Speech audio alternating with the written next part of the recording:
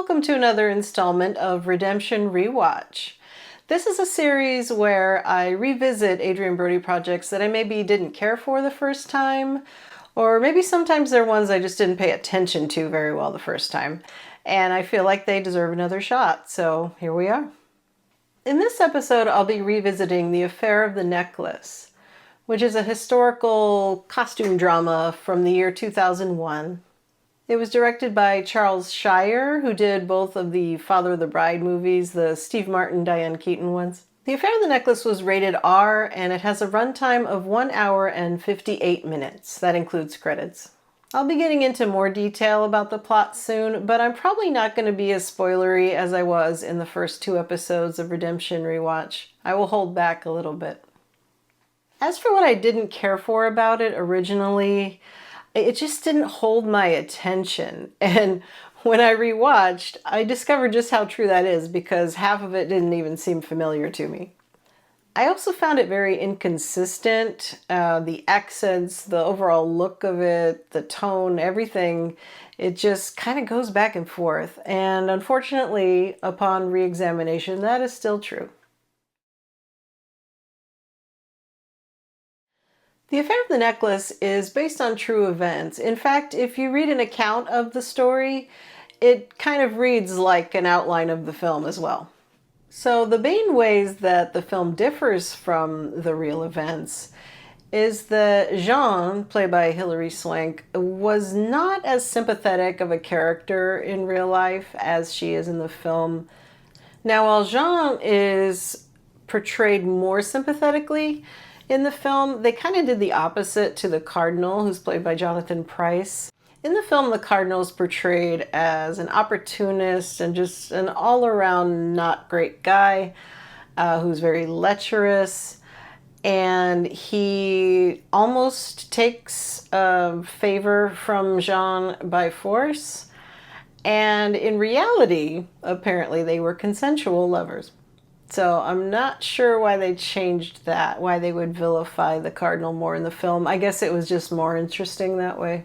And Jonathan Pryce had a lot more to work with that way, I think. He did a great job here. Jean Saint-Rémy de Valois, played by Hilary Swank, was born into nobility, or nobility adjacent at least. But that way of life is kind of ripped away from her in a series of tragic events. So basically, she spends the remainder of her life trying to get the family's glory restored. So the 2 main ways she went about this is her marriage to the Count, played by Adrien, and her involvement in this Affair of the Necklace. So essentially, the overall plot is that Jean is trying to restore her family home. She finds out about the existence of a diamond necklace that is offered to Queen Marie Antoinette. She realizes that those diamonds, when taken apart and sold separately, could very well fund exactly what she's trying to accomplish. So Jean forms a plan that involves many players, mainly herself, her husband Nicolas, played by Adrien, and her lover, Routeau, who's played by Simon Baker. So a lot of other characters end up kind of involved in the whole web of this deception. The Cardinal, who I mentioned before, they hire an actress who is an impersonator of Marie Antoinette. And so she gets involved, pretending to be the queen, basically to fool the Cardinal. Letters being written from her that are actually forged by Routeau. And this ends up making the Cardinal think that Marie Antoinette is in love with him. And it just kind of spirals from there. It just goes back and forth like that for most of the film.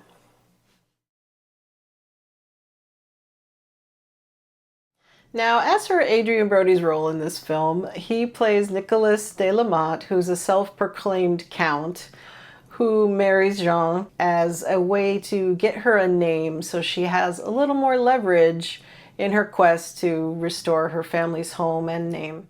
Overall, Adrien did a great job in the role. There's a lot of action he had to partake in, sword fighting, running, jumping over things. So that was probably fun. There's some horse riding as well.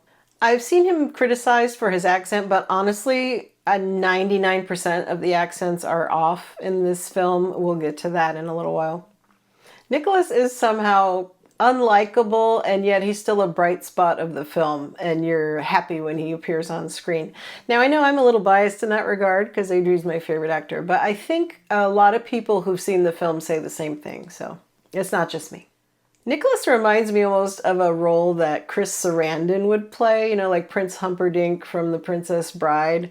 It's that blend of just repugnant human being and yet somehow still a likable character.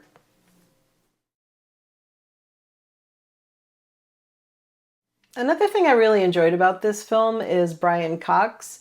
He plays a character on screen, but he also is the film's narrator. And his narration is just so soothing. It's almost like being at story time at the library when you were a kid. It's that kind of thing.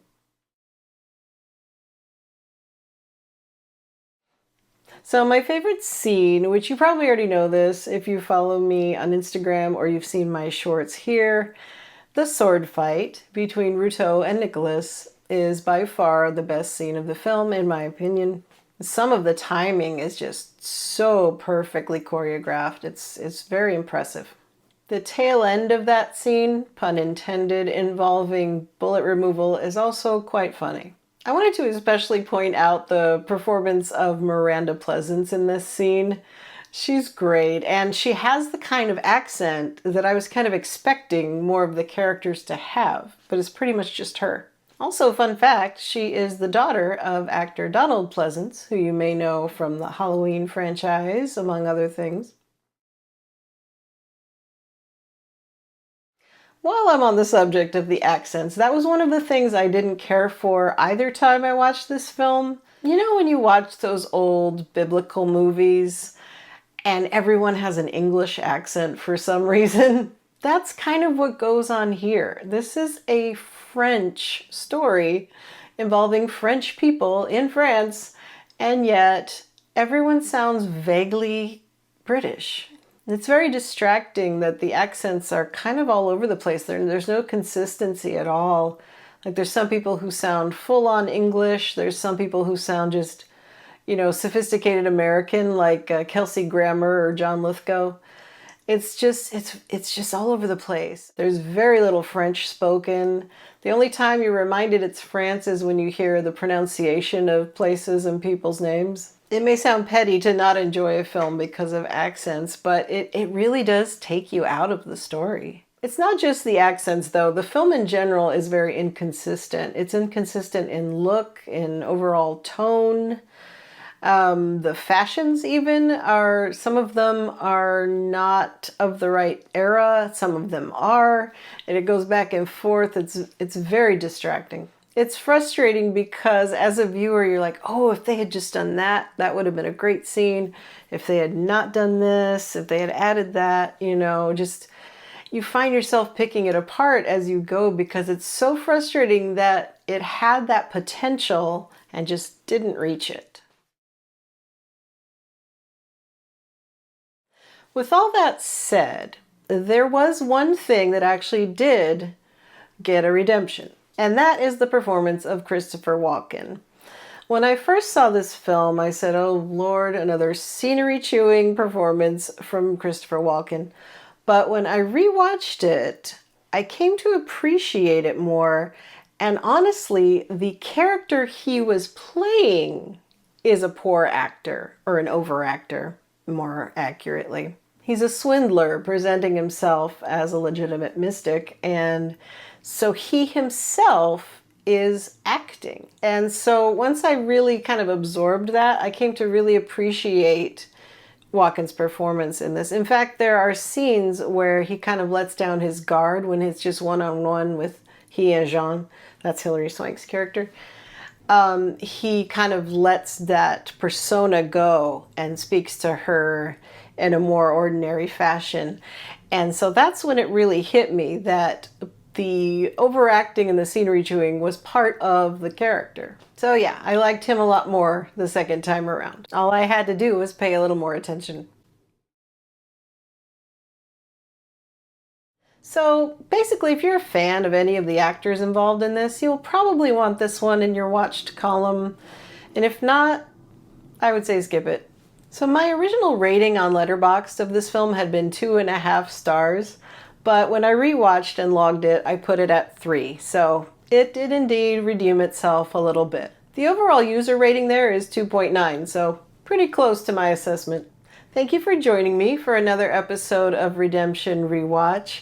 I hope you like the slight changes I made to the format. If you'd like me to go back to how it was before, let me know. I tried to be a little lighter this time. I will probably have another poll here and on the Instagram like I did before to choose which film we do next. If you enjoyed this video, please consider subscribing. And if you do, also ring the notification bell so that you will know when I upload new content.